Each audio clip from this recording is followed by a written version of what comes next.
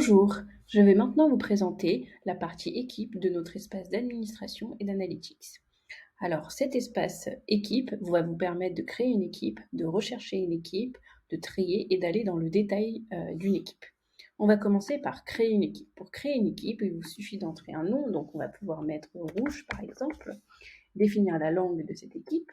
La langue que vous allez définir ici va définir la langue dans laquelle va être envoyé l'email d'invitation qui sera envoyé à vos apprenants.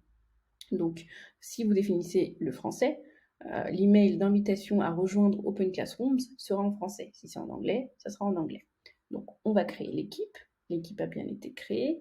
Il vous suffit de la rechercher, ici, rouge par exemple, et on la voit bien qu'elle a été créée. Vous pouvez également rechercher toute autre équipe, donc par exemple ingénieur, hop, on retrouve toutes les équipes avec le nom ingénieur.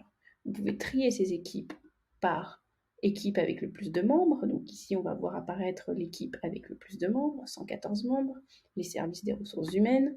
Vous avez aussi la possibilité de trier par invitation en attente. Donc l'équipe qui a le plus d'invitations en attente, c'est département marketing. Voilà. Donc ça, c'était pour les fonctionnalités de recherche et de tri. Maintenant, on peut aller dans le détail d'une équipe. Et on peut aussi supprimer une équipe. Donc pour supprimer une équipe, il vous suffit de cliquer sur ces points, de cliquer sur supprimer.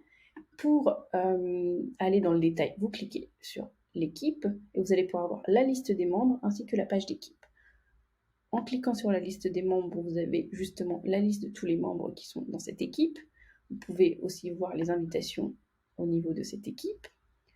Vous pouvez passer en arrière et aller sur le détail de cette page d'équipe.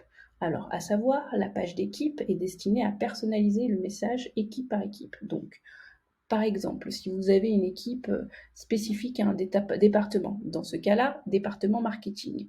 Donc, on va pouvoir personnaliser le message qu'on adressera aux employés qui sont dans cette équipe-là et aussi personnaliser les suggestions de cours qu'on souhaite leur faire.